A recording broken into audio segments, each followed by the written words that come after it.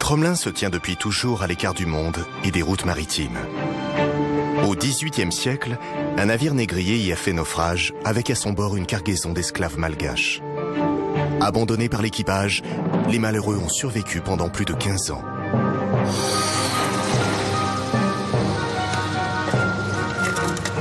Que s'est-il réellement passé? 250 ans plus tard, une équipe d'archéologues enquête sur les lieux de la tragédie et révèle au monde une étonnante et bouleversante histoire.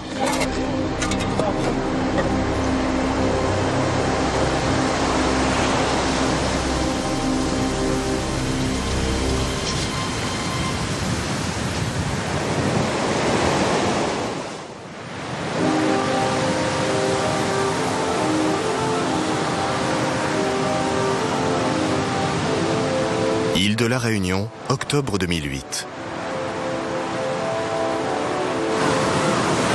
L'histoire des esclaves oubliés aurait pu reposer à jamais dans les archives si un homme ne s'était attaché à la faire ressurgir du passé.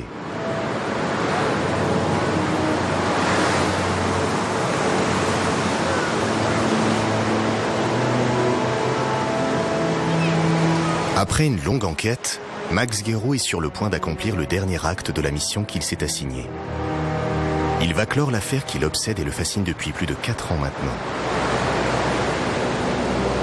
Dans quelques heures, la mission archéologique qu'il dirige va quitter Saint-Pierre de la Réunion pour rejoindre la minuscule île Tromelin, perdue au cœur de l'océan Indien.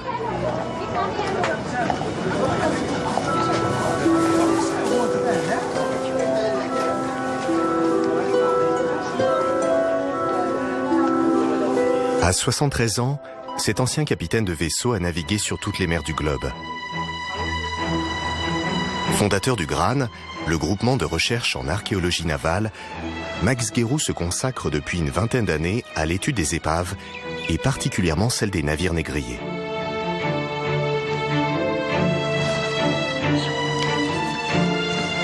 Son expérience acquise sur de nombreux chantiers de fouilles en fait un expert de renommée mondiale en matière de naufrage et d'archéologie sous-marine. En 2003, il reçoit un bien curieux message. Pendant qu'on était en train de faire une mission au Chili, en baie Valparaiso, j'ai reçu un mail d'un météo qui était sur l'île de Tromelin qui appelait au secours, disant voilà, il y a une épave avec une histoire intéressante.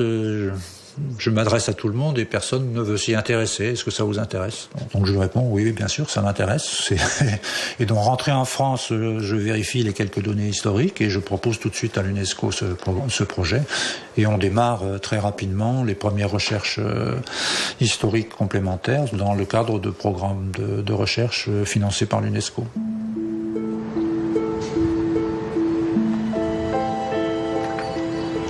Pour se passionner d'histoire navale, cette fois encore l'enquête a commencé dans les archives de la marine.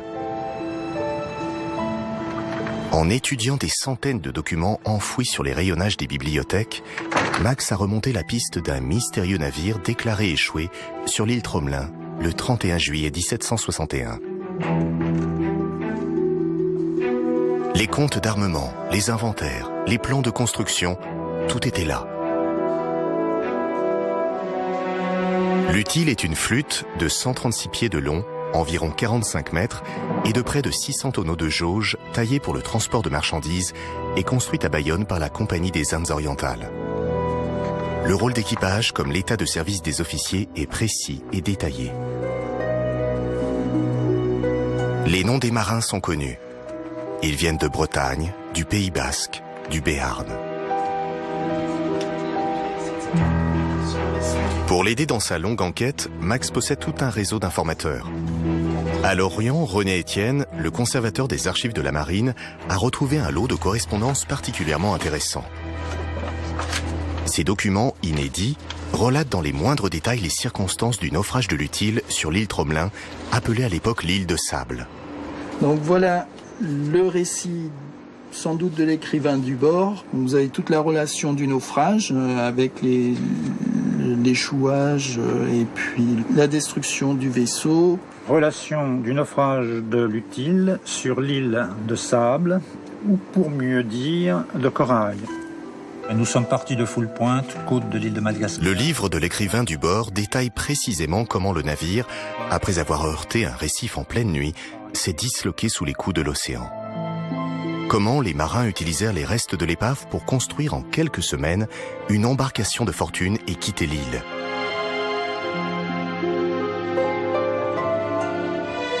Enfin, un autre document qui révèle qu'au moment du naufrage, l'Utile transportait des esclaves noirs que l'équipage a été contraint d'abandonner à leur triste sort. Les Noirs, qu'on était forcés de laisser dans l'île, demeurèrent dans un silence accablant au moment du départ. Mais quel parti prendre dans une pareille extrémité? Ce fut de laisser les vivre aux malheureux Noirs en leur promettant de les envoyer chercher. En fait, dans la marge, il y a un renvoi imprimé où il est écrit « On a envoyé un bâtiment de l'Île-de-France pour prendre ces infortunés ». Et quelqu'un a ajouté à la plume « On avait promis d'envoyer et on ne l'a pas fait jusqu'à présent ». En réalité, on ne le fera pas pendant 15 ans. Autre énigme. À l'époque, la traite négrière était interdite dans l'océan Indien. Alors comment expliquer la présence d'esclaves sur ce bateau ?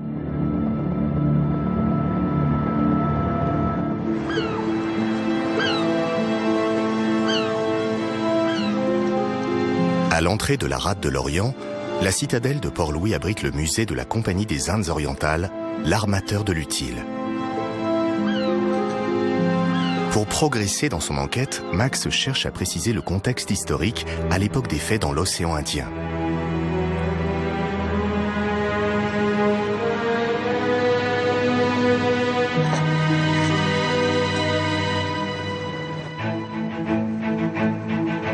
Fondée par Colbert en 1664, sous le règne de Louis XIV, pour affirmer la présence du royaume sur toutes les mers du globe, la puissante compagnie construisait et armait ses propres navires dans le port de l'Orient. Pendant plus d'un siècle, la Compagnie des Indes orientales a assuré le commerce avec l'Inde et la Chine et alimenté l'Europe en porcelaine, épices, thé, café, mais aussi en soie et en coton imprimé et tissé. Pourtant, la part la plus importante de sa richesse provenait d'une toute autre marchandise.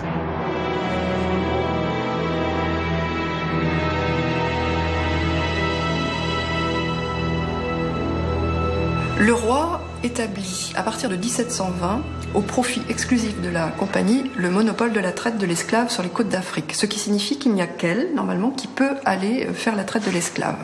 Donc elle va exploiter ce monopole jusqu'en 1767, ce qui représente environ 192 armements de traite qui vont déporter près de 60 000 esclaves vers les différentes colonies.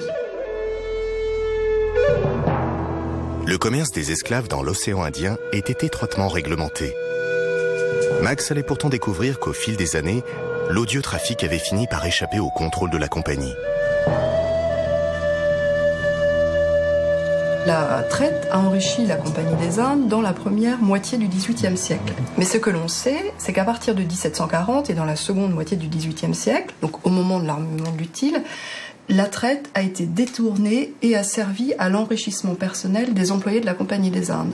Et donc pour l'Utile, on est vraisemblablement dans un cadre similaire, c'est-à-dire que cet armement est illégal, il n'est pas déclaré à l'administration, ce qui signifie que ces esclaves, en fait, ce sont des esclaves illégaux, ils sont clandestins. Des esclaves clandestins. Le récit du naufrage de l'Utile dissimulait une autre histoire bien plus sombre et cruelle. Comment justifier cet abandon? Mais les archives avaient délivré tous leurs secrets. Max ne pouvait pourtant pas se résoudre à tourner la page et à abandonner les esclaves une nouvelle fois. C'était au tour de l'archéologie d'entrer en scène.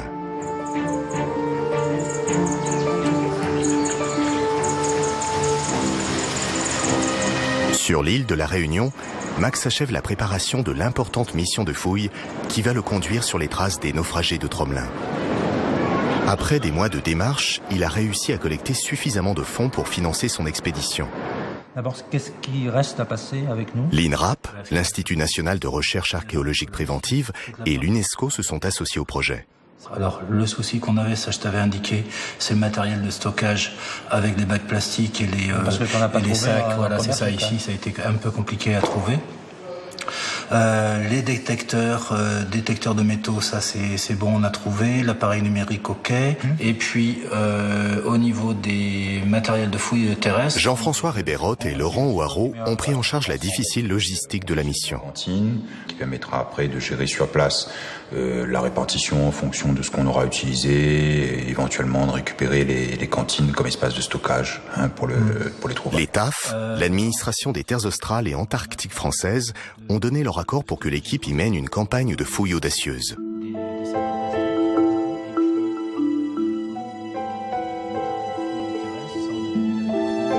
Pour Laurent Ouareau, spécialiste du patrimoine historique, le projet de Max possède une importance qui dépasse le cadre de l'expédition qui se prépare.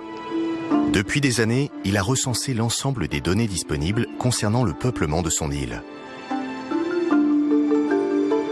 Jusqu'au début du XVIIe siècle, l'île Bourbon était une terre vierge et hostile sur laquelle aucun homme n'avait jamais vécu. Les premiers colons comprendront vite l'avantage qu'ils pourraient tirer de l'esclavage. En 1664, au moment de la création de la Compagnie des Indes orientales, les registres font état de 58 blancs et 70 esclaves. Avec l'introduction de la culture du café puis de la canne à sucre, la traite s'intensifie. En 1779, on dénombre environ 23 000 esclaves. En 1848, au moment de l'abolition de l'esclavage, ils étaient 62 000.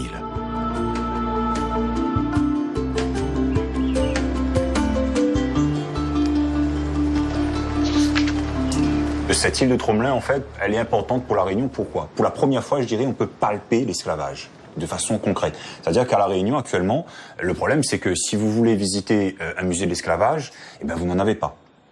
D'accord ? Malgré le fait qu'une large partie de la population descend d'esclaves, vous n'avez pas de musée d'esclavage. Vous n'avez pas non plus d'éléments matériels, c'est-à-dire pas de chaîne d'esclaves. On pourrait s'étonner que 62 000 esclaves qui sont libérés en 1848 ne laissent plus de traces. Et effectivement, aujourd'hui, la problématique, c'est ça, c'est que on a perdu la trace des cimetières d'esclaves, on a perdu la trace des objets du quotidien de l'esclave, on a perdu la trace des camps. Donc on n'a plus de traces palpables des esclaves ou de l'esclavage à La Réunion.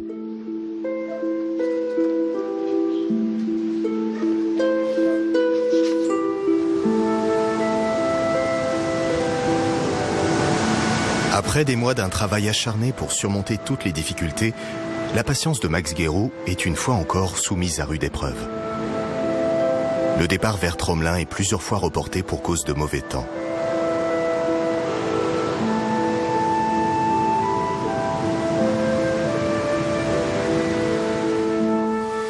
Enfin, le 30 octobre 2008, le préfet des TAF donne le feu vert. L'avion est confirmé à 9h, donc on devrait arriver vers 1h30 sur l'île. Touchons du bois pour que la météo soit bonne, comme elle l'est aujourd'hui, parce que vous voyez sur cette carte, l'accès maritime est extrêmement compliqué sur cette île, vous en rendrez compte par vous-même demain, et que donc l'accès se fait par voie aérienne, par la piste. Vous partez pour un mois. Oui, on part un mois, oui. On espère mettre au jour les habitats ou des traces du séjour des esclaves sur l'île. Donc là, l'équipe va travailler sur la... Où est-ce que concrètement les fouilles vont se dérouler ? Dans cette zone-là. C'est un bel exemple de coopération ministérielle, l'administration par les TAF, les moyens militaires de soutien, la gestion sur place par nos amis de Météo France. Et en tout cas, j'espère que tout ça va favoriser la réussite de votre mission. Et puis, Max a réussi à convaincre les plus sceptiques et à mobiliser les énergies autour de son projet.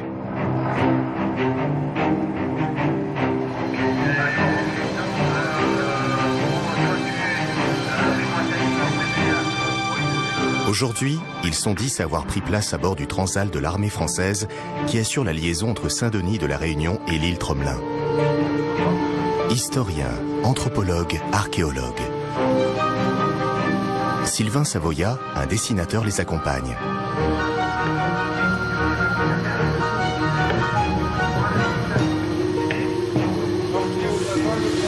Après 1h30 de vol, l'île est en vue.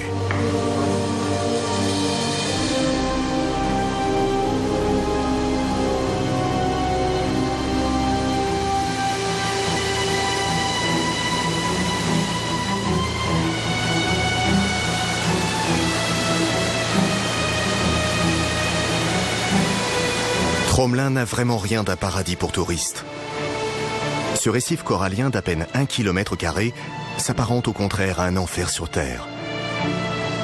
Remous, courants et brisants en rendent l'accès par la mer particulièrement dangereux et l'approche aérienne s'avère tout aussi délicate.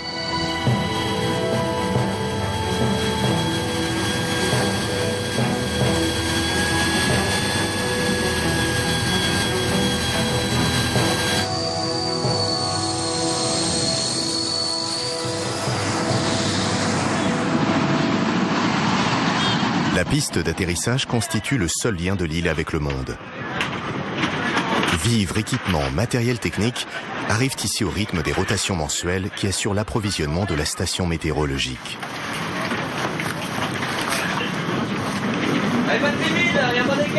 C'est avec un peu d'appréhension que les archéologues découvrent enfin l'île qui occupe leurs pensées depuis de longs mois.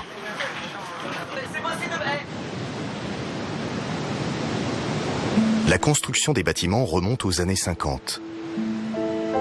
En 1953, la Marine nationale organise une expédition de reconnaissance sur l'île. Son but, faire de Tromelin un poste avancé dans le réseau de protection contre les cyclones dans l'océan Indien. Un an plus tard, 14 hommes s'installent avec 32 tonnes de matériel. Ils entament la construction d'un bâtiment et d'une piste d'atterrissage. Le 4 juillet 1954, le premier avion, un Junker 52 de l'armée de l'air, se pose. L'île Tromelin est désormais reliée au reste du monde. Pour les météos qui s'y succèdent, séjourner ici signifie accepter de longues semaines d'isolement et de solitude. L'éolienne est la seule source d'énergie de cet îlot de 1700 mètres de long sur 600 de large. Ici, les cyclones passent plus souvent que sur n'importe quelle autre terre de l'océan Indien et les chances de retrouver des traces du long séjour des esclaves semblent bien minces. Les archéologues ne disposent que de 30 jours pour mener à bien leur mission avant la saison des pluies. On a très peu d'expérience de l'archéologie de la détresse, c'est-à-dire comment des gens qui sont jetés en un endroit contre leur gré vont survivre d'abord physiquement, mais aussi socialement, psychologiquement. Alors ça, c'est l'aspect principal de notre recherche. Ce qui nous intéresse, c'est ça, c'est de savoir comment les gens qui se retrouvent complètement isolés, et en ce qui concerne nos esclaves malgaches, probablement dans un monde qui leur est totalement étranger, puisque je pense que la majorité des esclaves en question étaient des gens des hauts plateaux qui n'avaient jamais vu la mer et qui se trouvent plongés dans un univers qui est uniquement maritime. C'est ça qui nous intéresse. Mais comment faire pour trouver des indices du passage des esclaves? Où chercher?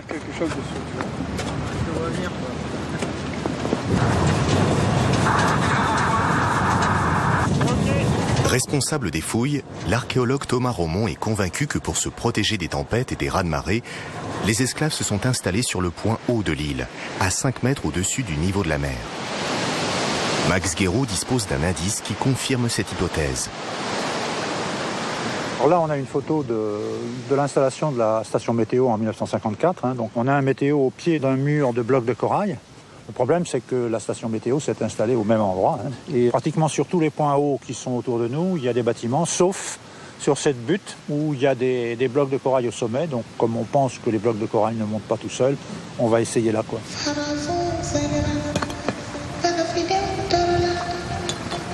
La construction de la station météo a visiblement perturbé l'ensemble du secteur. Mais une zone est restée intacte.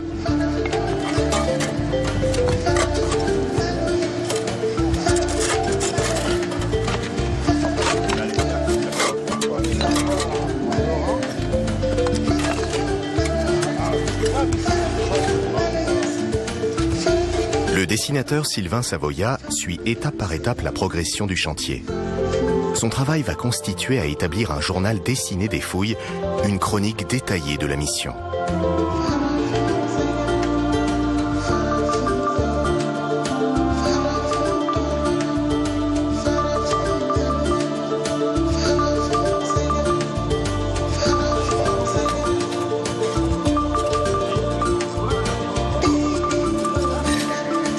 « 3 novembre 2008. Une couche plus foncée apparaît dans les sédiments. Cette couche de cendre, en fait, qui est un mélange de cendre et de sable, marque la présence des naufragés sur l'île, puisque la cendre est le sous-produit du feu qu'ils ont fait. Et l'intérêt est que dans cette couche de cendre, on va pouvoir trouver les indices de ce qu'ils ont mangé. Et surtout, c'est la confirmation qu'ils ont bien utilisé le feu jusqu'à la fin. Le rythme du chantier se ralentit. Le travail se fait plus précis, plus minutieux. C'est alors qu'un objet insolite est dégagé. Il est immédiatement identifié par l'historien Sudel Fuma. Ça ressemble étrangement à un touc, mais à vérifier dans un instant, à y avoir. Quoi, hein. Un touc en malgache, ça veut dire foyer, tout simplement. Cet objet est un trépied rudimentaire où l'on disposait le feu pour faire chauffer une petite marmite. Cette première découverte est un succès pour Max Guéroult. Son équipe vient de mettre au jour les premières traces des esclaves sur l'île Tromelin.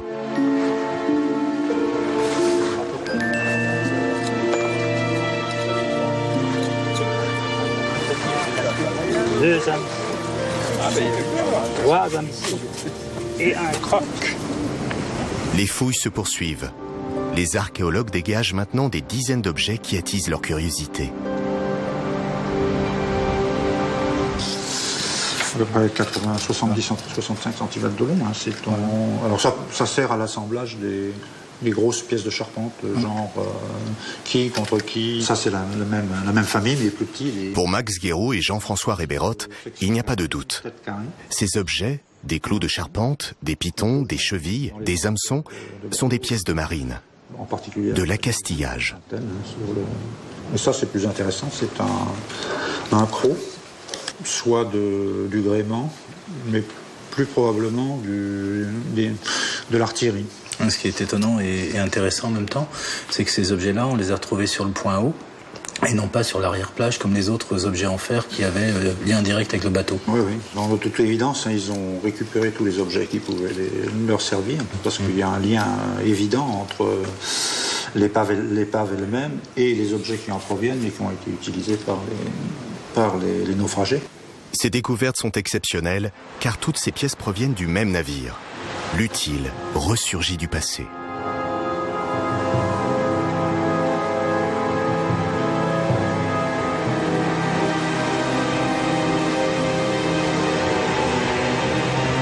À l'aube du 26 juillet 1761, le navire quitte Madagascar avec une cargaison d'esclaves, hommes, femmes et enfants, entassés dans la cale. L'utile met le cap sur l'île Maurice, que l'on appelait alors l'île de France. La mer est calme et l'horizon dégagé. Le navire va pourtant mystérieusement faire naufrage 4 jours plus tard. Ce qui se passe, c'est que le bateau fait une route à l'est qui l'amène à passer à proximité de Tromelin. Et on en a la certitude, il y avait 2 cartes à bord qui donnaient des positions divergentes. Et comme il se rencontre souvent sur les bateaux, il y a toujours une petite rivalité entre le capitaine du bateau et son pilote. Le pilote tient pour une carte et le capitaine pour l'autre. Et bien sûr, il choisit une position qui est sur une des cartes, qui malheureusement pour lui n'est pas la bonne. On comprend bien qu'approchant d'une île dont on sait qu'elle est très peu visible, puisqu'elle est très basse sur l'eau et qu'il faut être très près pour la voir, et en particulier la nuit c'est très dangereux, donc il aurait dû, à la tombée du jour, attendre, tirer les bords ou se mettre en panne en attendant que le jour se lève pour continuer. Pressé de livrer sa cargaison, le capitaine décide de maintenir le cap contre l'avis du pilote. L'utile continue sa route sans se douter qu'il court à sa perte. Vers 1h du matin, c'est le choc.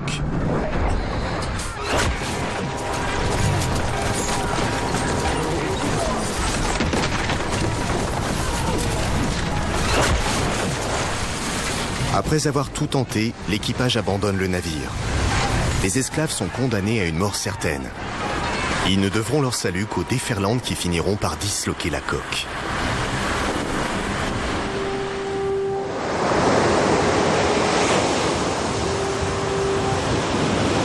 petit matin, 20 marins et 72 esclaves sont portés disparus sur le livre de bord.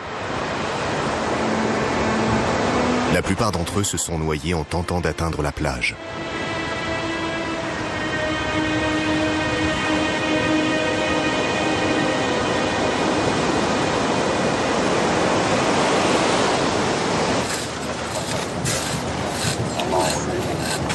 Ça, c'est la première phase. Retour au chantier.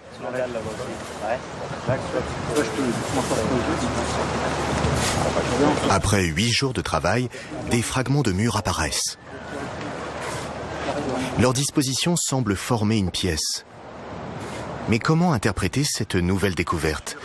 S'agit-il d'une habitation ou d'un monument funéraire? Pour le savoir, Thomas Romont et Max Guéraud décident d'élargir la zone de recherche. Mais la présence de racines de veloutier rend la progression difficile.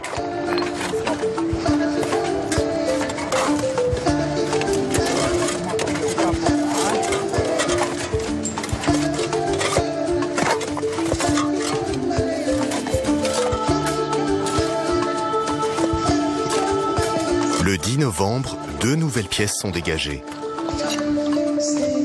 Alors ce qui est émouvant, c'est ce qui nous a fait dire qu'on était en présence d'un petit Pompéi de l'océan Indien. C'est-à-dire que après le départ des esclaves, le site a été recouvert par le sable. Donc lorsqu'on enlève cette couche qui a scellé le site, on se trouve en présence du site tel qu'il était au moment du départ des naufragés. Les murs font 1,60 m de hauteur et leur épaisseur atteint parfois 3 mètres. Certains détails attisent la curiosité des archéologues. Alors, ce qui nous intrigue, c'est la manière dont l'habitat a été construit, c'est-à-dire avec des blocs de corail, avec des plaques de grès de plage, ce qui est en complète contradiction avec les traditions malgaches, parce que la pierre est réservée au tombeau, et les habitats, eux, au contraire, sont construits en éléments végétaux, du bois, du sisal, des fibres.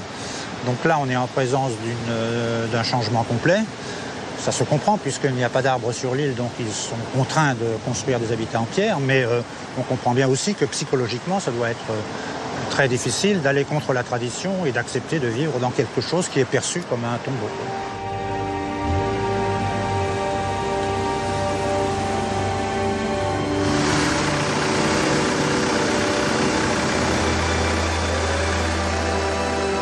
Le plan général des ruines révèle une information surprenante. Toutes les ouvertures du bâtiment sont placées à l'abri du vent. Les esclaves malgaches ont su s'adapter aux circonstances, puisqu'ils ont quand même eu conscience des problèmes que posaient les cyclones et ils ont réalisé des bâtiments extraordinaires, puisque voir cette véritable forteresse qui montre la capacité d'adaptation de ces esclaves dans une situation extraordinaire et particulière. Les vestiges retrouvés par les archéologues prouvent l'ingéniosité des esclaves et leur détermination à survivre. Sylvain Savoya imagine leur vie. Maintes fois restaurés et reconstruits, ces modestes abris de pierre constituaient leur unique refuge.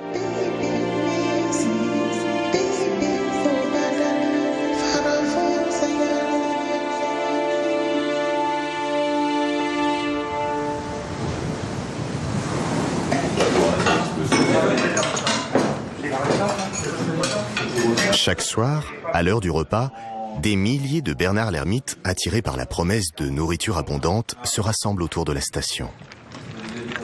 Les hommes se sont rapidement habitués à ces étranges visiteurs.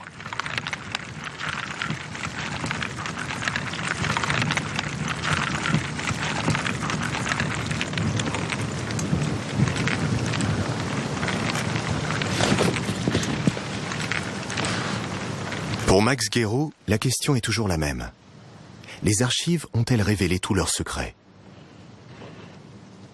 L'archéologue dispose de 2 cartes sur lesquelles, une fois rentrés en France, les marins rescapés ont dessiné la géographie de leur infortune.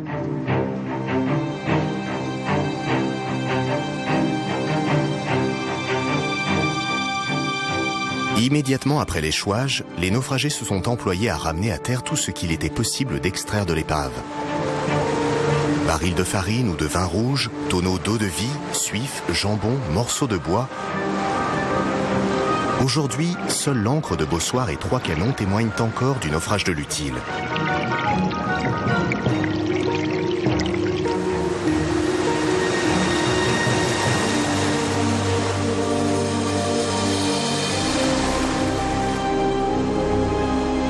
Les rescapés installèrent ensuite 2 camps. Le premier, réservé à l'équipage, l'autre destiné aux esclaves qu'il fallait surveiller et tenir à distance. Les vivres récupérés sur l'Utile suffirent à tenir quelques semaines, mais l'eau a rapidement manqué. À force d'arpenter l'île, des marins et des esclaves finirent par creuser des puits pour récupérer de l'eau saumâtre. Certains tombèrent malades et finirent par mourir. La carte signale enfin le chantier naval où fut construite, à partir du bois tiré de l'épave, l'embarcation de fortune avec laquelle les Français quittèrent l'île. Dès le départ, on sait que si on veut transporter tout le monde, il faut faire un bateau qui fasse 45 pieds de quille de longueur, c'est-à-dire une quinzaine de mètres. Et c'est ce qu'ils cherchent à faire. Et donc le second récupère le bois sur l'épave de l'Utile, mais malheureusement, on ne peut pas faire un bateau de plus de 32 pieds de quille, parce que la longueur des morceaux de bois qu'on trouve n'est pas plus grande. Donc dès le départ, on sait qu'on va laisser les esclaves. Ainsi, moins de 2 mois après le naufrage, les marins français quittèrent Tromelin et regagnèrent Madagascar.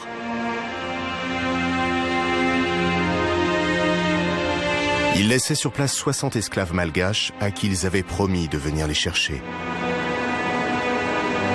Cette promesse ne sera jamais tenue.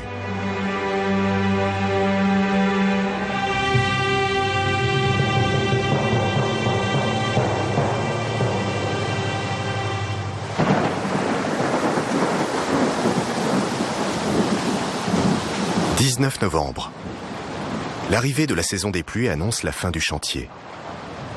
Après 3 semaines d'efforts, les archéologues n'ont toujours pas trouvé les sépultures des esclaves. L'averse qui interrompt les fouilles va pourtant amener un dernier rebondissement.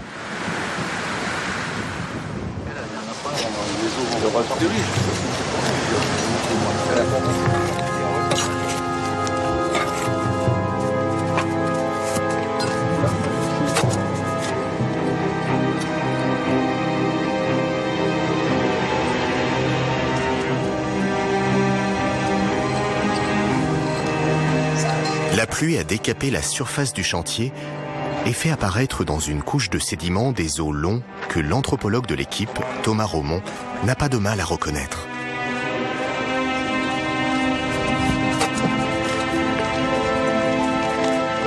Donc là, on a l'extrémité proximale d'un tibia humain.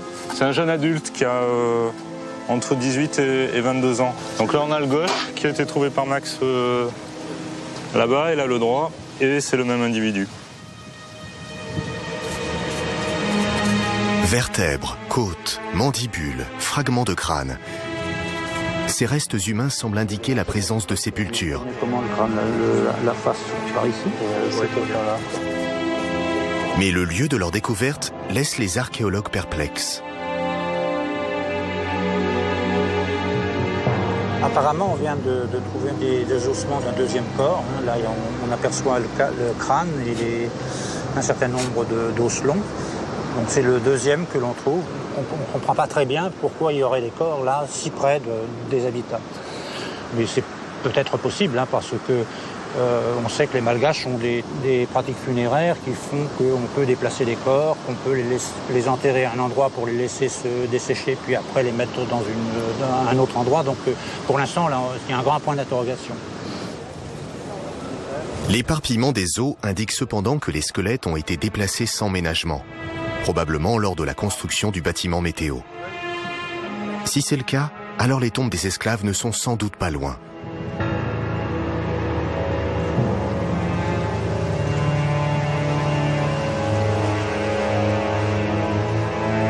Thomas Romont soumet les ossements à un premier examen. Il confirme qu'il s'agit d'un homme et d'une femme, des individus jeunes, probablement âgés d'une vingtaine d'années. Leur jeune âge indique que c'est au cours des premières années de leur exil forcé qu'ils ont dû mourir. Mais l'étude des restes humains ne permet pas pour l'instant d'établir avec précision les causes des décès. Seule certitude, les esclaves ne sont pas morts de faim.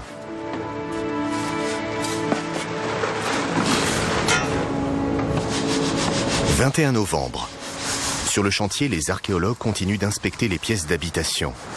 Couche après couche, ils décapent chaque parcelle de terre et passent ensuite les sédiments à travers les maillages successifs des tamis. De nombreux rejets alimentaires, plus de 400 kilos, sont ainsi retrouvés dans ce qui devait être une cuisine collective. Là, on tamise les couches de l'intérieur de la cuisine. Et là, où on a trouvé des hameçons, du reste, à l'intérieur. Et là, donc, on trouve des arêtes de poisson maintenant, alors qu'on en trouvait très peu avant. Là, il y a une écaille de poisson. Ça, c'est un os d'oiseau. Et là, un os de tortue, ici.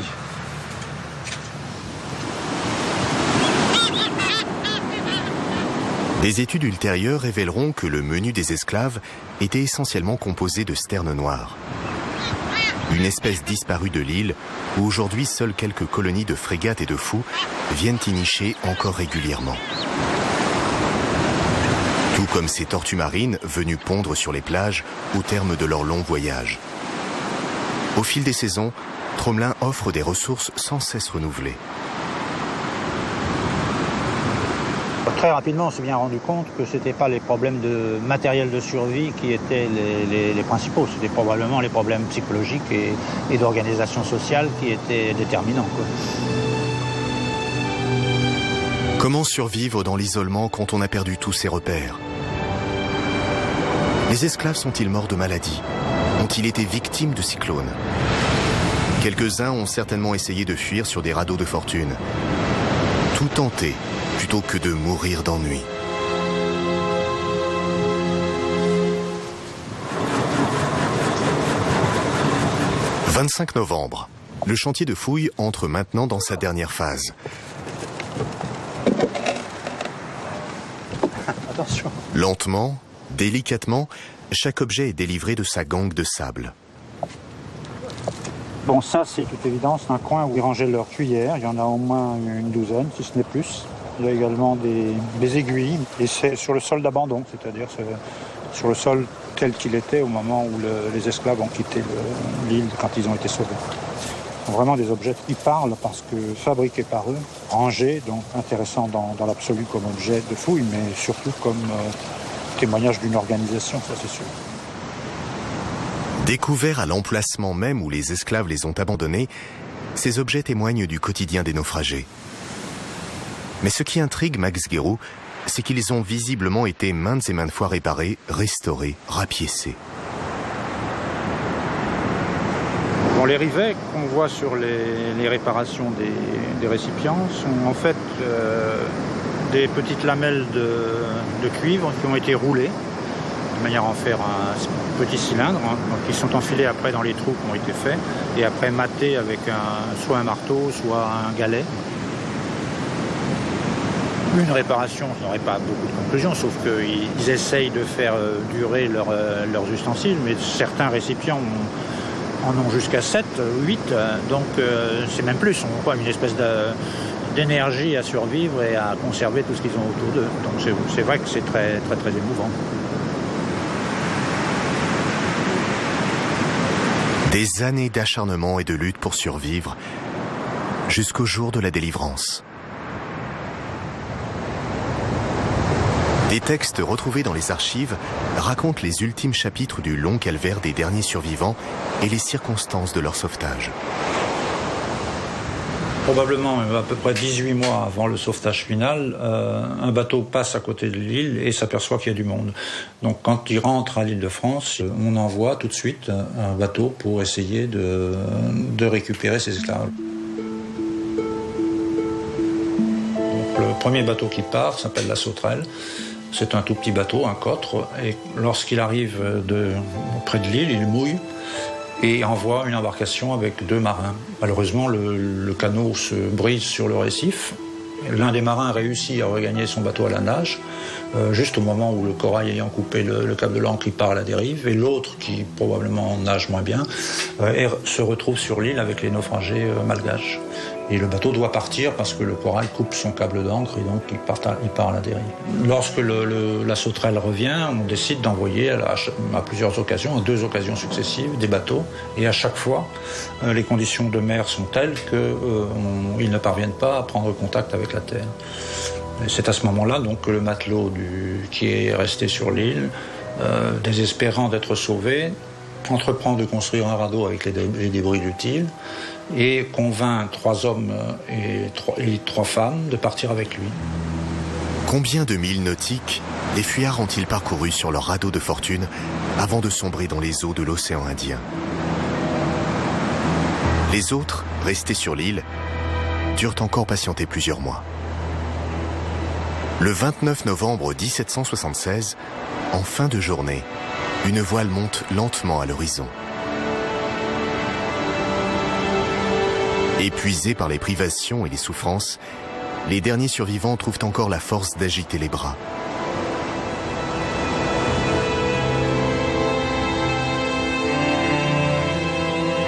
Après les longues années d'oubli, les autorités françaises se sont enfin décidées à envoyer une expédition en reconnaissance.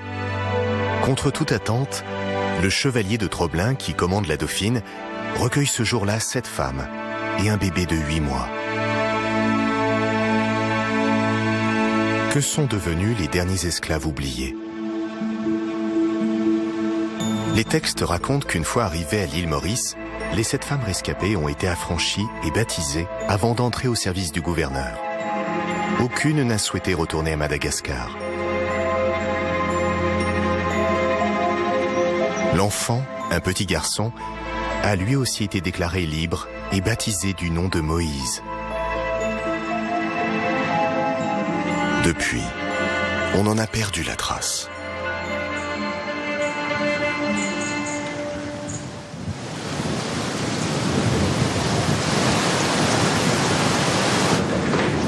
« 30 novembre 2008. L'avion du retour sera là dans quelques heures. Mais avant de refermer les malles, il faut terminer l'inventaire des 400 objets mis au jour pendant les fouilles.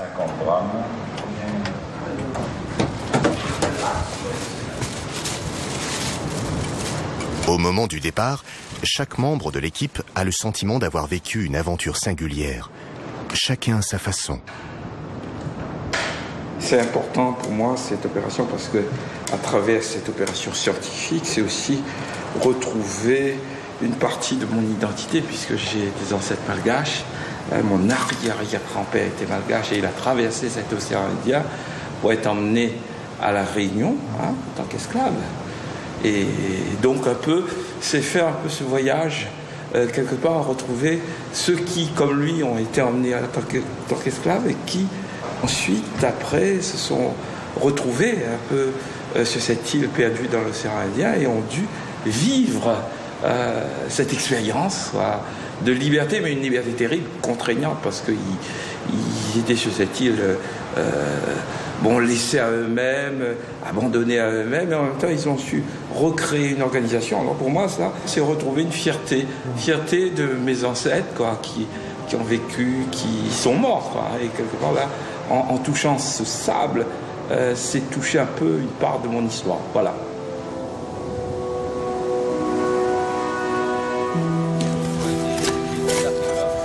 Juste avant de partir, les archéologues doivent rendre le site à l'île pour le protéger des outrages des éléments et du temps. Les vestiges découverts sur Tromelin constitueront désormais un lieu de mémoire et de recherche.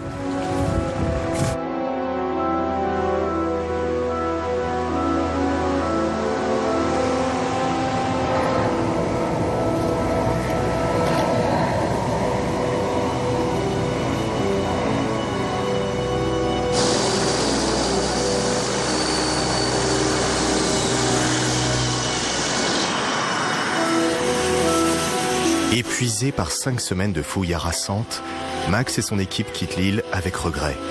Leurs découvertes ont permis d'établir de manière irréfutable la véracité d'une histoire que beaucoup qualifiaient de légendaire. Mais le récit reste inachevé. Il faudra revenir.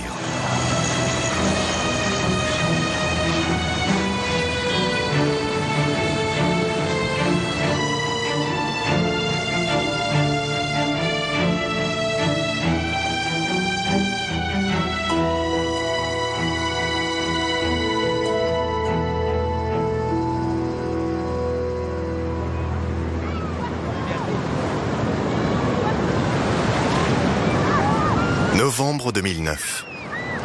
Max Guéraud est de retour sur l'île de la Réunion pour y préparer sa prochaine mission. Ces découvertes ont connu un énorme retentissement dans les médias français et internationaux. Grâce à son obstination, l'histoire des naufragés de l'Utile est définitivement tirée de l'oubli.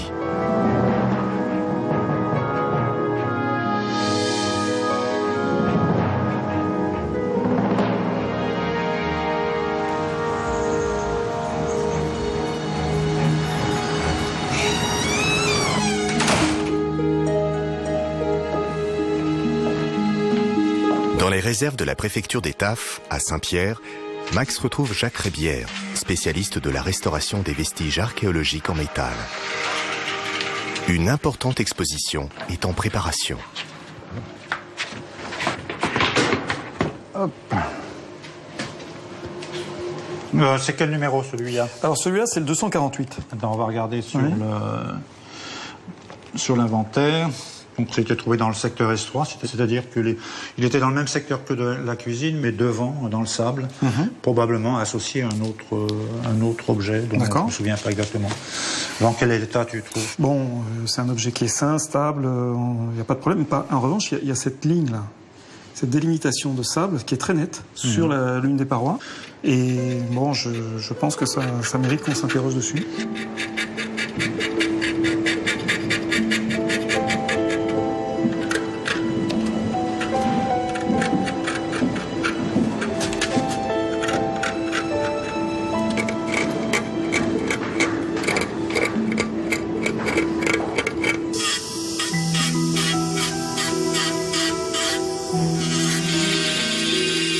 Les gestes précis, minutieux du restaurateur vont prolonger le souvenir de ces hommes et de ces femmes qui, achetés comme de vulgaires marchandises, puis abandonnés sans remords, se sont battus pour rebâtir une petite société et vivre debout. 250 ans après les faits, ces objets offrent le plus vibrant des démentis à ceux qui avaient dénié toute humanité aux oubliés de Tromelin.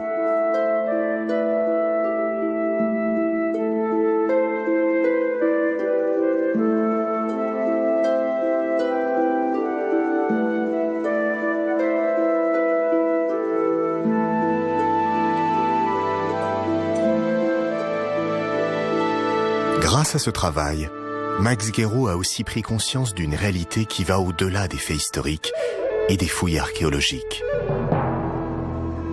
Ça fait moi plus de 20 ans que je travaille sur les problèmes de la traite. Et en fait, l'approche que j'avais était une approche extérieure, un intérêt pour le phénomène historique, sociologique.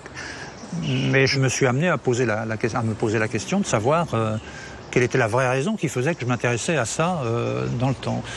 Et la réponse m'a été donnée d'une manière tout à fait fortuite, très récemment, parce que j'ai reçu sur notre site internet un message très court d'une jeune femme me disant est-ce qu'un esclave peut porter le nom d'un bateau Et alors je lui dis mais pourquoi vous me posez la question? Il me dit parce que ma grand-mère s'appelle l'Utile.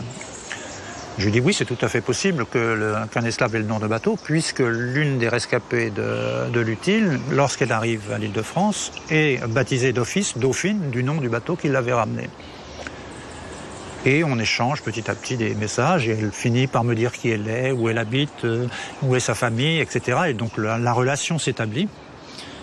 Et cet échange-là me paraissait suffisamment important pour que je lui demande si elle acceptait de mettre cet échange-là sur le forum de notre site internet. Et elle me répond non, surtout pas.